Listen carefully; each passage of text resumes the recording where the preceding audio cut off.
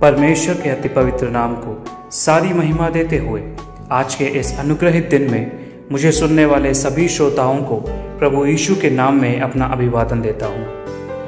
भजन संहिता 111 का 7वां वाक्य इस प्रकार कहता है, सच्चाई और न्याय उसके हाथों के काम हैं। पढ़े हुए अनुग्रहित वचन के इस भाग में से परमेश्वर के सत्य काम इस विषय पर हम एक साथ मनन करने के लिए परमेश्वर हमारी मदद करने पाए। परमेश्वर की कृपा से पिछले दिनों में सत्य के काम और सत्य वचन के काम इन विषयों पर मनन करने के लिए परमेश्वर ने हमारी मदद की। लेकिन इनसे कुछ अलग यह वचन हमें बताता है कि परमेश्वर के सत्य काम क्या होते हैं। परमेश्वर के काम सच्चाई और न्याय होते हैं। परमेश्वर सच्चा है, इसीलिए उसके काम भी सच्चे होते हैं। हो सकता है हर समय में परमेश्वर के कामों को मनुष्य अपने जीवन में समझ ना पाए, और ना ही यह ज़रूरी है कि जो कुछ परमेश्वर करें वह हमारी जानकारी के अनुसार या हमारे कहने के अनुसार हो। इसीलिए कई बार अविश्वास की वजह से परमेश्वर के कामों को ना समझ पाने के कारण परमेश्वर के किए पर सवाल उठाने के मनुष्य के व्यवहार के बारे में हम बहुत बार देखते और सुनते हैं।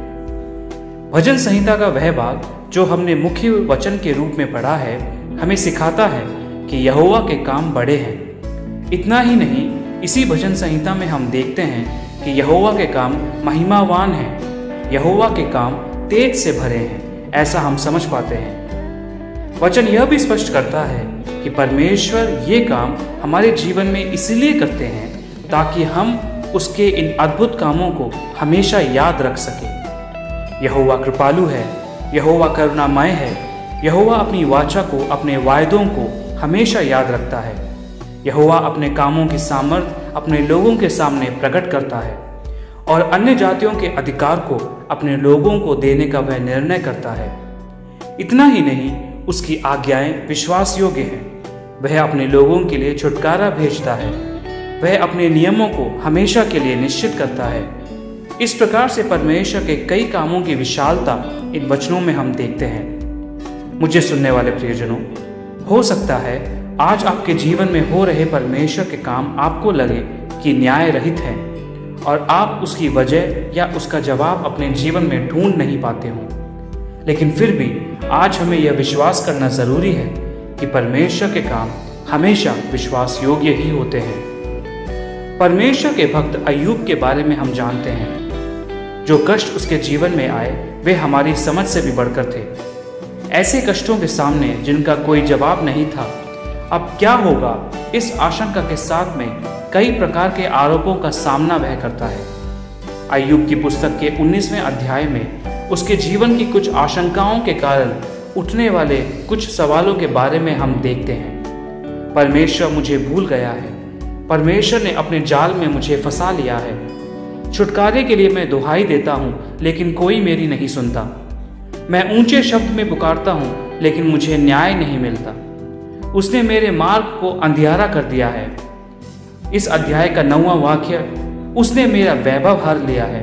उसका 10वां वाक्य, उसने चारों ओर से मुझे तोड़ दिया है। बस मैं जाता रहा और मेरी आशा को उसने वृक्ष के समान उखाड़ डाला है। उसने मुझ पर अपना क्रोध भड़काया है और अपने शत्रुओं में मुझे गिना है।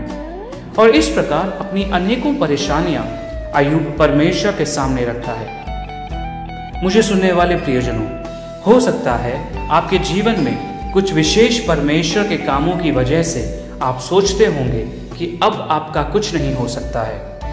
प्रियजनों, परमेश्वर के भक्त अय्यूब के इन सवालों के जवाब में परमेश्वर सवालों की एक बड़ी सूची अय्यूब के सामने रखते हैं। बहुत अधिक परेशानियां और परीक्षाएं अपने जीवन में सहने के बावजूद परमेश्वर से मिली कृपा को नष्ट ना करने के कारण अय्यूब को उन सवालों का जवाब परमेश्वर से मिलता है जिनके उत्तर को वह ढूंढ रहा था।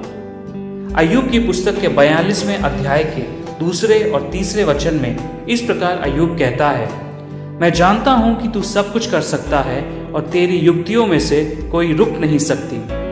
तूने पूछा, तू कौन है जो ज्ञान रहित होकर युक्ति पर पर्दा डालता है?